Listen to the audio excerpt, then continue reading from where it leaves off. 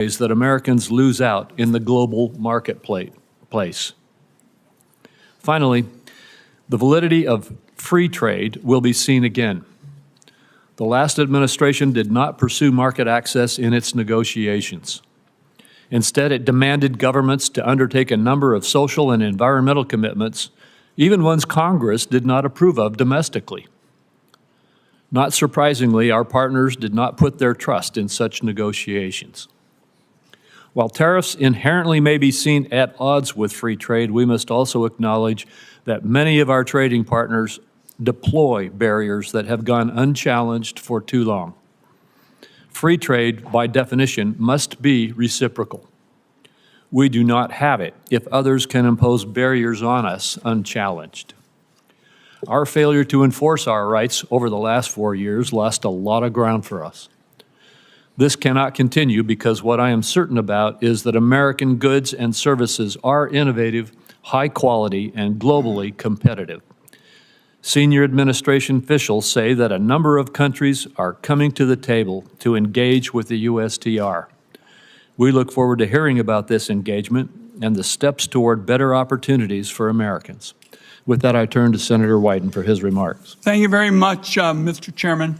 Mr. Chairman and colleagues, today's hearing on the President's trade agenda begins with American retirement funds, investors, and our economy in purgatory thanks to Donald Trump's plan to hike tariffs to levels not seen since before the invention of the automobile. Prices are continuing to increase. Markets for made in the USA products are slamming shut around the world. The U.S. economy has gone from the envy of the world to a laughingstock in less time than it took to finish March Madness.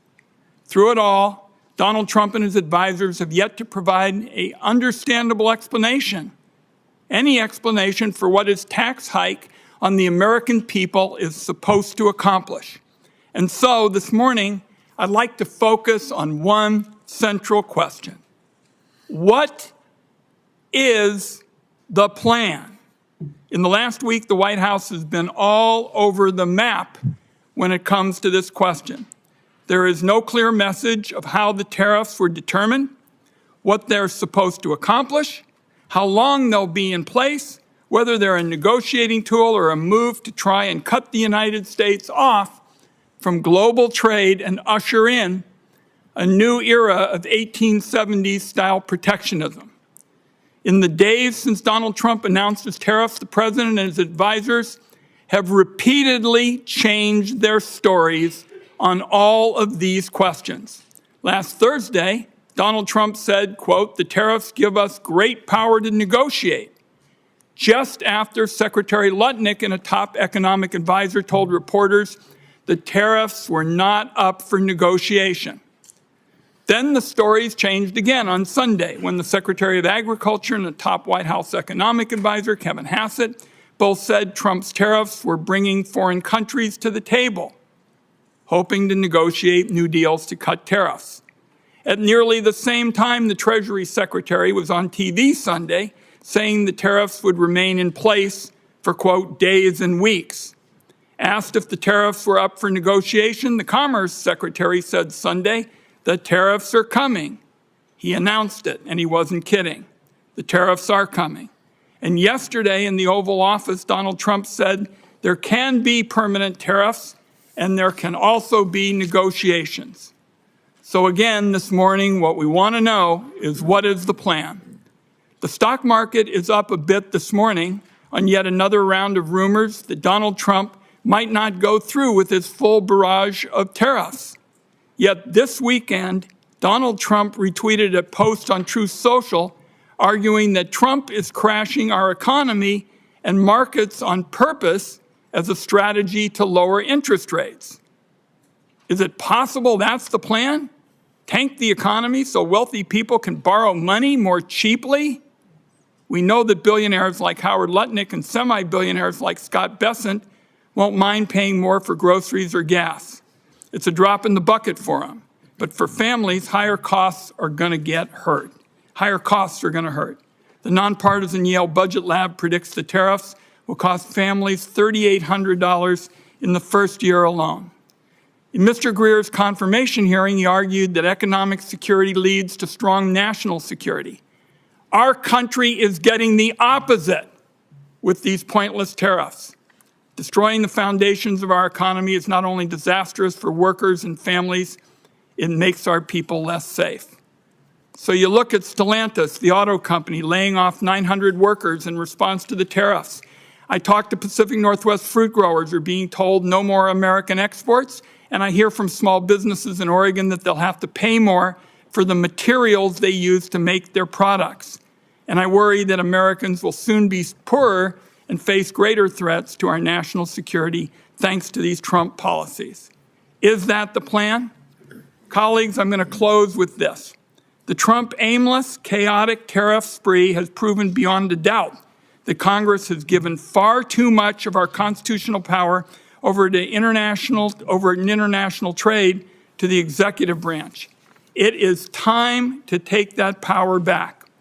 On a bipartisan vote, 51 senators sent that signal last week by stepping in and passing legislation to lift Trump's reckless tariffs on Canada.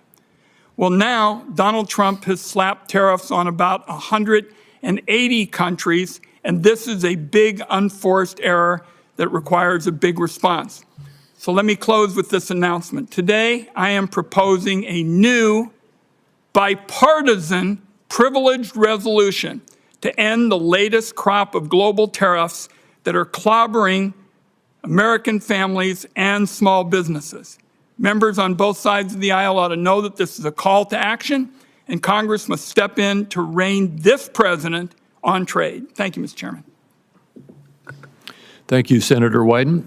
And Ambassador Greer, you may now make your statement. Thank you. Chairman Crapo, Ranking Member Wyden, and members of the committee, I appreciate you taking the time today for this hearing. Last Wednesday, President Trump declared a national emergency in response to the large and persistent trade deficit that has built up in recent years. This deficit is driven in part by non-reciprocal tariffs, trading barriers, and other economic policies pursued by our foreign trading partners. The situation is urgent. President Trump imposed tariffs to address this emergency, and these measures are aimed squarely at achieving reciprocity and reducing our massive trade deficit to reshore production in the United States. This national emergency declaration and tariff action is the most significant change in U.S. trade policy since we allowed China to join the World Trade Organization.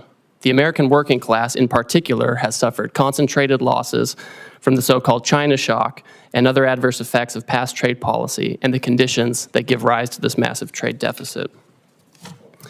You've heard some of these numbers before. The United States has lost 5 million manufacturing jobs and 90,000 factories since 1994.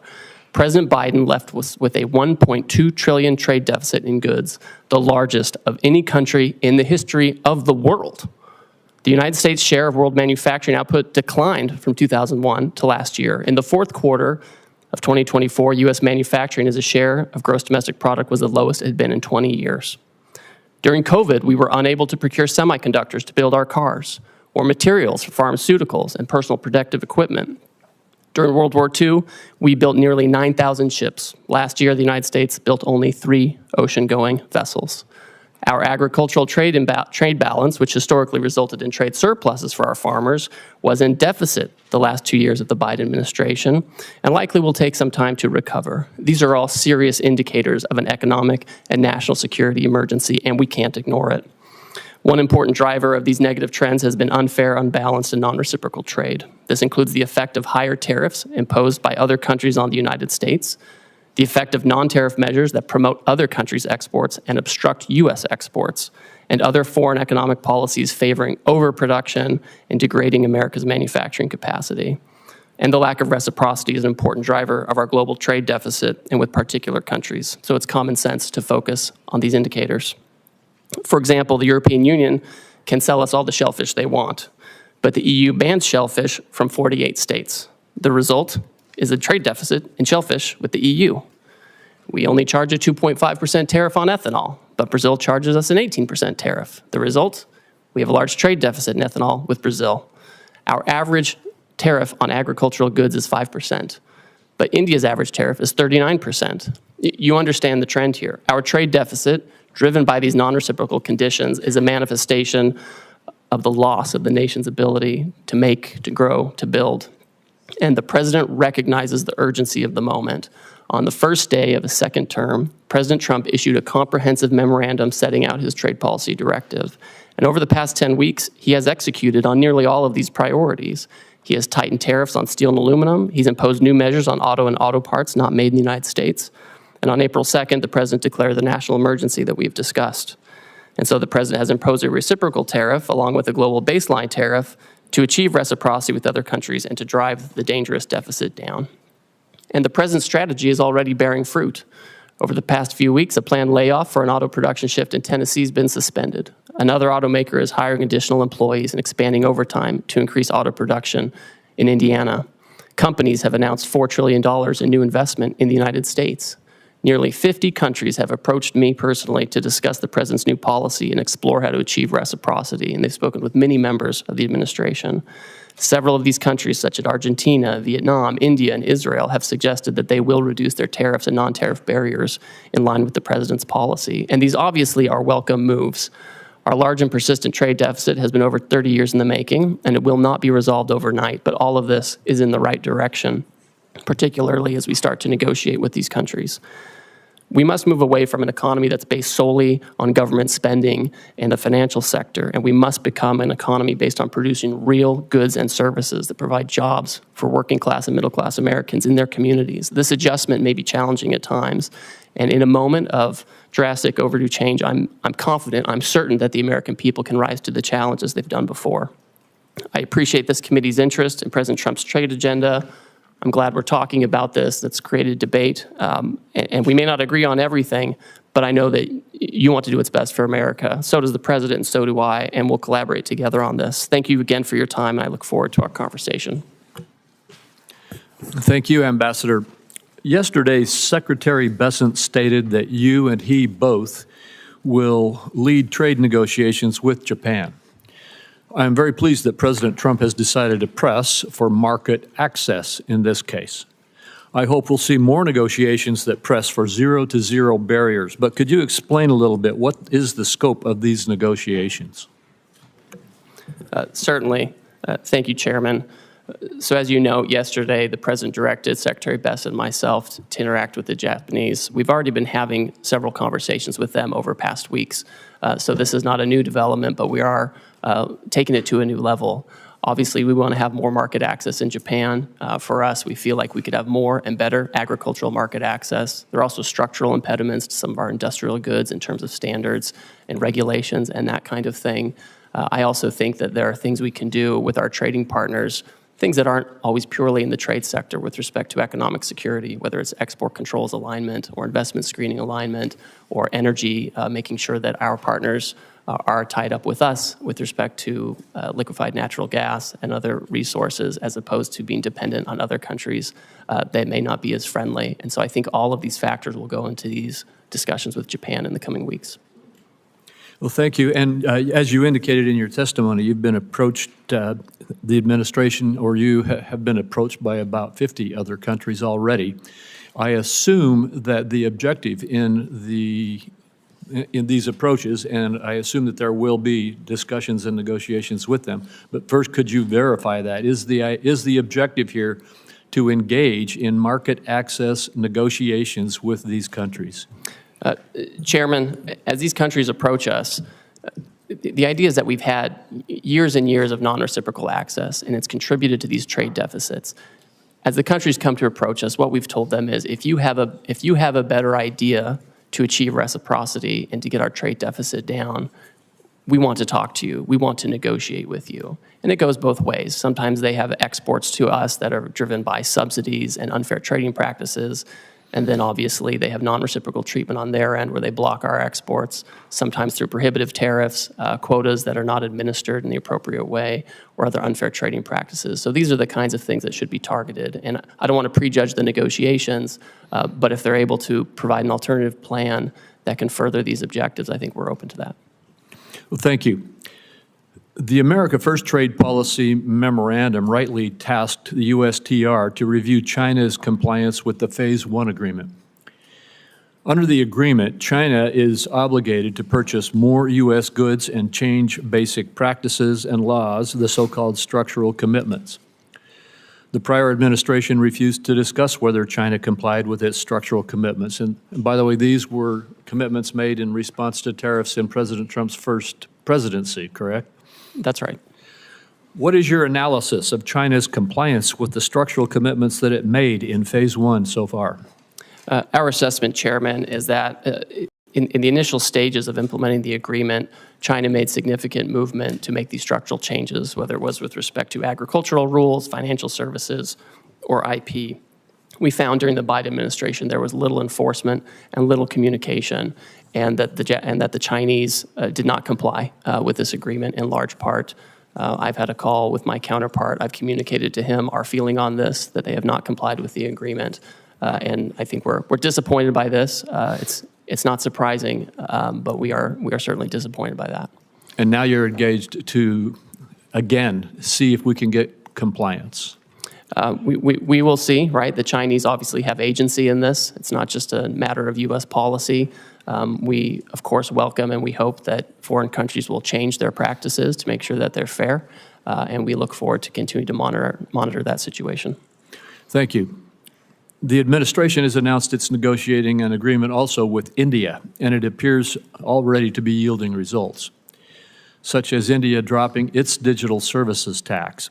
Although India has high tariffs, its non-tariff barriers are just as significant, if not more so.